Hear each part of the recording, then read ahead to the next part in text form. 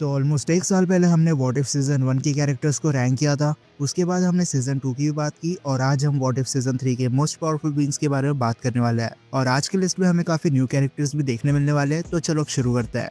Number 10, Riri Williams. अब इस specific universe में सेलेस्टियल का इंकर्जन हो जाता है और सेलेस्टियल प्लैनेट को बर्बाद भी कर देता है, लेकिन इसके बाद भी कई सारे ह्यूमन जिंदा बच जाते हैं, जिसमें से एक आयरन हार्ट भी होती है। इसके पास अपना मार्क 1 आर्मर होता है जो आर्क रिएक्टर पे काम करता है, बट वोंग से मिलने के बाद ये एक ऐसा वेपन बनाती है जिससे व्हाइट विजन नॉकआउट हो जाता है। और मिस्टीरियो को बीट करने के लिए विलियम्स व्हाइट विजन की बॉडी को रिवर्स इंजीनियर करके अपने ब्रेन से कनेक्ट कर देती है। ऐसा करने से अब आयरन हार्ट पहले से ज्यादा पावरफुल बन चुकी है, ये चीजों के आर पार भी जा सकती है और फेक इल्यूजन भी इसके ऊपर अब काम नहीं करते। लेकिन व्हाइट विजन के बॉडी पार्ट्स होने के बाद भी विलियम्स की बॉडी बहुत ज्यादा ड्यूरेबल नहीं है और इलेक्ट्रिक अटैक से भी ये लड़की वर्नेबल है, और अगर वॉचर हेल्प ना करता तो शायद ये इस यूनिवर्स में भी हार जाती। Okay, number 9, mega Hulk. वैसे तो हमने हल्क के कई सारे वेरिएंट्स को देखा है, बट मेगा हल्क अब तक का सबसे बड़ा हल्क था साइज में। बेसिकली एपेक्स को बीट करने के लिए ब्रूस बैनर गामा बम से खुद को एक्सपोज कर देता है, जिसकी वजह से वो मेगा हल्क बन जाता है। इसके हाइट अराउंड 300 से 400 फीट होगी, मतलब एक गॉडजिला जितनी। साथ में फिजिकली एपेक्स जितना स्ट्रॉन्ग देखने मिला। ये बात अलग है, एपेक्स ने एक मूवमेंट पर मेगा हल्क को ऑलमोस्ट बीट ही कर दिया था,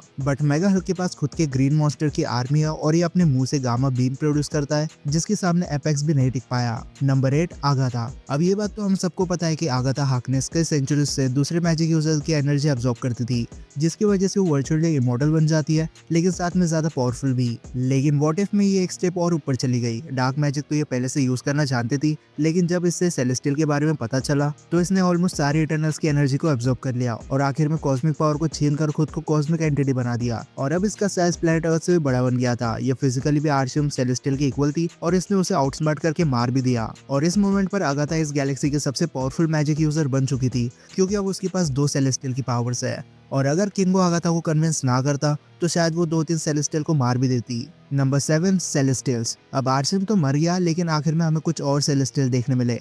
बेसिकली यूनिवर्स में कई सारे सेलेस्टियल एग्जिस्ट करते हैं। कोई डिस्ट्रॉयर होता है तो कोई क्रिएटर और कोई जज, पर एक सेलेस्टियल को मार देना क्राइम है, इसलिए बाकी सेलेस्टियल को अथॉरिटी मिल जाती है कि वो अपने साथी का बदला ले। कॉमिक्स में भी एक बार गैलेक्टस ने एक सेलेस्टियल को मार दिया था, तो बदला लेने के चक्कर में 4 सेलेस्टियल गैलेक्टस को कूट देते हैं। सेम सीन आगाथा के साथ होगा। अब तक तो शायद सेलेस्टियल ने इस यूनिवर्स के प्लैनेट अर्थ को पूरी तरीके से डिस्ट्रॉय भी कर दिया होगा। Number 6, Dormammu. अब वैसे तो मैं ज़्यूस को इस पोजीशन पर रखने वाला था, लेकिन बाद में मैंने फिर से व्हाट इफ देखा और पता चला कि थोड़े टाइम के लिए सही, लेकिन बर्डी एग वाले एपिसोड में डोरमामू भी अपीयर हुआ था, जहाँ उसे एक होस्ट की जरूरत थी और डोरमामू एग में अपनी एनर्जी ट्रांसफर कर रहा था। वैसे इस यूनिवर्स में डोरमामू को कुछ ज्यादा फॉलोअर्स देखने मिले और इस एंटिटी ने कुछ किया तो नहीं है, बट स्टिल डोरमामू एक एक्स्ट्रा डायमेंशनल एंटिटी है जो स्पेस टाइम के बियॉन्ड है, और इन्फिनिटी स्टोन के साथ भी इसे मारना ऑलमोस्ट इम्पॉसिबल है, क्योंकि एमसीयू में डोरमामू एक ट्रूली इमॉर्टल बीइंग है। Number 5, the exiles. पहले एग्जाइल्स की टीम काफी बड़ी हुआ करती थी, लेकिन बाद में सिर्फ 4 रह गई। थॉर को शायद किसी ने पेल दिया, इसलिए स्ट्रोम उसका म्यूनियर यूज करती है। फिर बर्डी है जिसके पास फ्लाइट और एनर्जी प्रोजेक्शन है। कैप्टन कार्टर को तो आप सब जानते ही होंगे,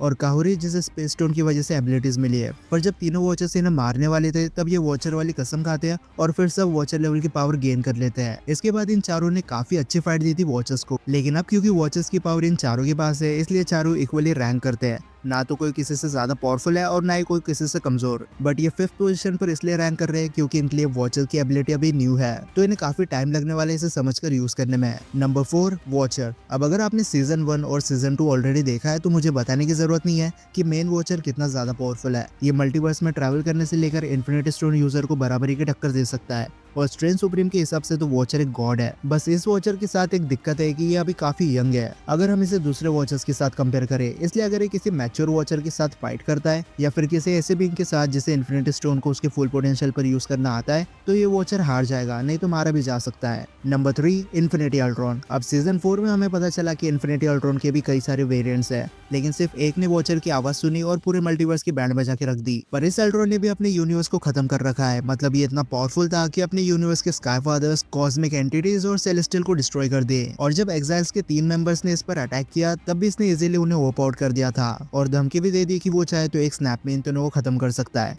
फिर 5th डायमेंशनल के क्रिस्टल को यूज किया, जिसकी वजह से और ज्यादा पावरफुल बन गया था। और इसकी विजन वॉचर लेवल की हो गई थी, लेकिन ये वाला अल्ट्रॉन काफी साल पहले अपने मिशन को पूरा कर चुका था, इसलिए टाइम के साथ इसका बिहेवियर काफी ह्यूमन जैसा हो गया, इसलिए ये वाला वर्जन सीजन 1 वाले अल्ट्रॉन जितना एग्रेसिव नहीं था। Okay, number 2, strange supreme. अब व्हाट इफ के पहले सीजन से स्ट्रेंज काफी पावरफुल दिखा है। फर्स्ट सीजन में ये इक्वल था इन्फिनिटी स्टोन के पावर लेवल में, सेकंड सीजन में स्ट्रेंज इन्फिनिटी स्टोन से भी ज्यादा पावरफुल बन चुका था, और अपने यूनिवर्स को फिर से बनाने के चक्कर में इसने कई सारे यूनिवर्सल किलर्स को भी पकड़ के रखा था, जिसमें से कुछ इन्फिनिटी स्टोन यूजर भी देखने मिले।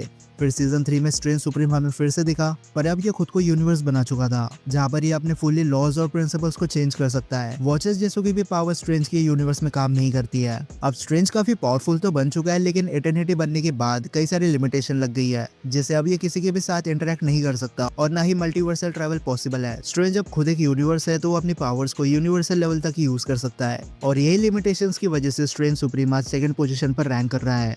और फाइनली नंबर 1 पर है ये तीनों वॉचर्स। अब फाइनल सीजन में हमें 3 वॉचर्स देखने मिले, एक का नाम एमिनेंस था, दूसरे का इनकारनेट और तीसरे का एग्जीक्यूशनर, और ये तीनों वॉचर रेस में बहुत ज्यादा मैच्योर और एक्सपीरियंस्ड है, इसलिए व्हाट इफ के स्टोरी टेलर को इजीली सरपास कर देता है। एमिनेंस की अथॉरिटी सबसे सुपीरियर है, इसलिए इसका काम है दूसरे वॉचर्स के ऊपर नजर रखना। इसने तो इजीली वाइब्रेनियम शील्ड को तोड़ दिया, पावर स्टोन की एनर्जी से भी जल्दी अडेप्ट कर गया, और इन्फिनिटी अल्ट्रॉन तो इसके सामने एक झटके में निपट गया। पर अगर ये वॉचर्स साथ मिलकर काम करे तो किसी भी बीइंग के सारे वेरिएंट्स को भी मिटा सकते हैं, जिसकी वजह से एक्साइल टीम के सारे वेरिएंट्स ऑलमोस्ट खत्म ही हो गए थे। इवन कैप्टन कार्टर ने खुद को सैक्रिफाइस कर दिया, बट वो सिर्फ वॉचर को स्ट्रेंज की यूनिवर्स में टेलीपोर्ट कर पाई थी। लेकिन इसी के साथ हमारे टॉप 10 लिस्ट ही खत्म होती है। अब अगर आपको लगता है किसी कैरेक्टर को इस लिस्ट में होना चाहिए था, तो मुझे कमेंट सेक्शन में बता सकते हो।